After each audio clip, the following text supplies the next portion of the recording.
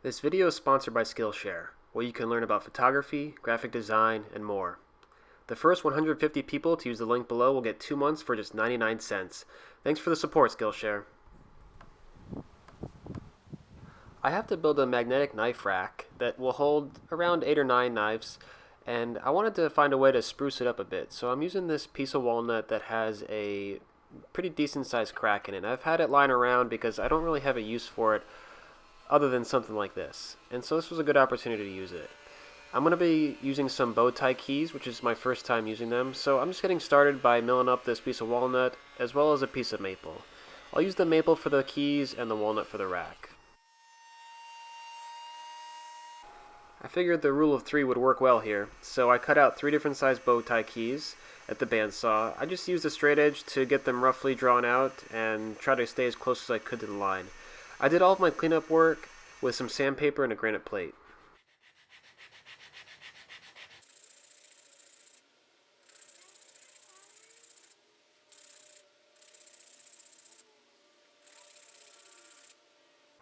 Mike Pekovich has used this blue tape method to cut out his dovetails, and it's become pretty popular, so I decided to use it for these bow tie keys.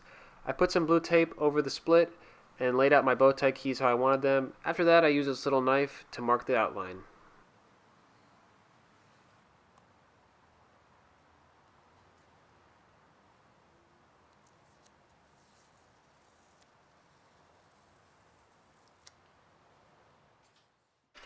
I used the 1/4 inch Forstner bit to get rid of most of the waste.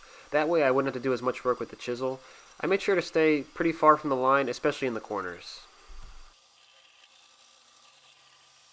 I'm far from an expert in using chisels, especially in a situation like this, so I made sure to go as slow as possible and take my time.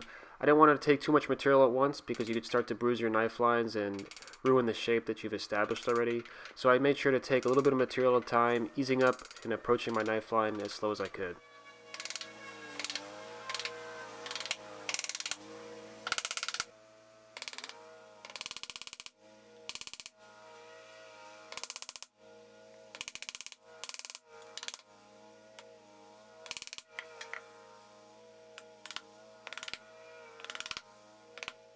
As I moved on to the second and third bow tie, I noticed better results and I was improving with my chisel work, so I'd like to incorporate some of this work into my future projects.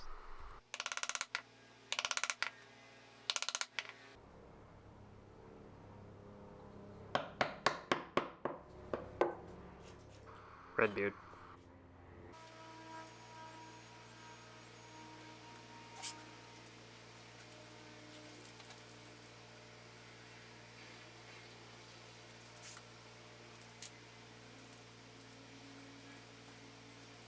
I didn't really do a test fit with these. I knew they would fit, but if you try to do a test fit, you're never going to get them out. So I added some glue and just pounded them home.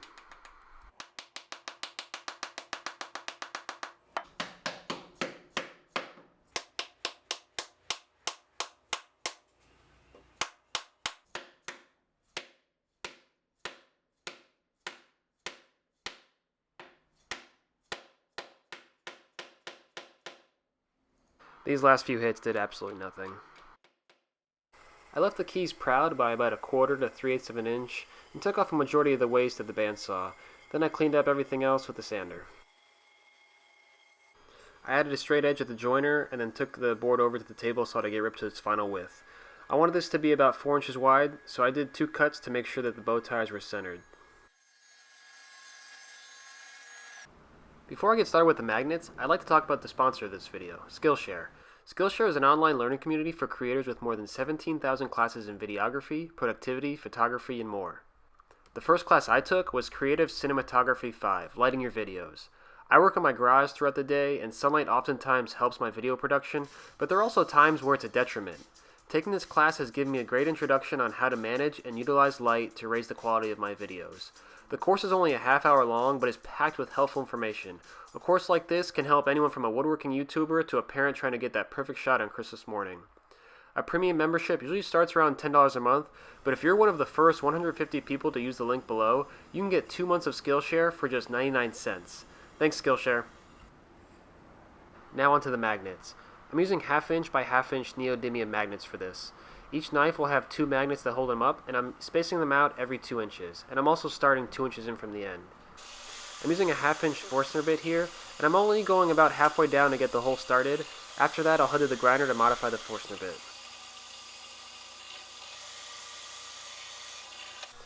The wood between the magnet and the knives is going to dampen the strength of the magnet, so I want to grind off the spur of the Forstner bit so I can get even closer to the surface than I could otherwise. I have 2 1/2 inch Forstner bits here so you can see the difference. The one on the front has a spur ground off and the other one doesn't. With the modified Forstner bit, I can finish drilling these holes without risking blowing through the other end of the board.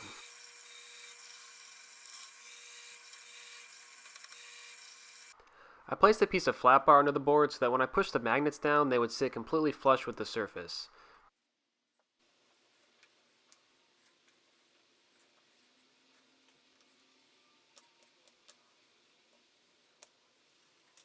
I used epoxy to secure the magnets in place.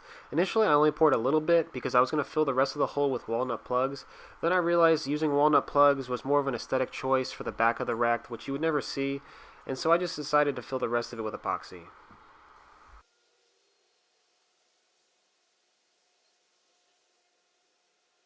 That piece of flat bar from earlier is actually the mounting plate I'll be using.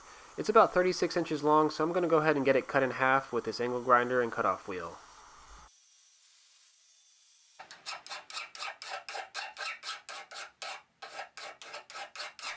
After drilling a couple of holes in the mounting bracket, I can move on to drilling these holes, which are for what I'll call the connecting magnets. They're going to be 5/8 inch by 1/4 inch magnets that have a hole in the middle for a countersunk screw, and I'm leaving them proud by about 1/8 of an inch so that it appears like the rack is floating off the wall. The mounting bracket can be used in 2 different ways. The first is to simply attach it to a wall with screws and then stick the rack to it. The second is to mount the bracket to the side of a refrigerator with industrial strength velcro. The reason I'm not going to use the magnets directly is because the side of a refrigerator is usually pretty textured and the magnets can't get a good connection to it.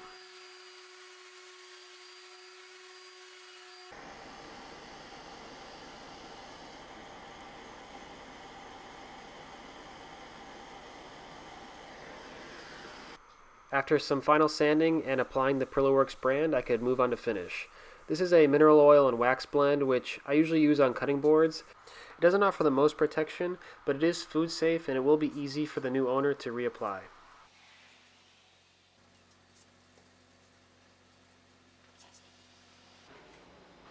I mounted the bracket to one of the walls in my house and decided to give the rack a shot. I attached the knives and they went on pretty easily. They hold on there tightly, but they're not too difficult to remove. This was my first time using bow ties, and I'm pretty happy with how they turned out. I look forward to adding them to my future projects. If you have any questions, feel free to leave them in the comments below. Thanks for watching.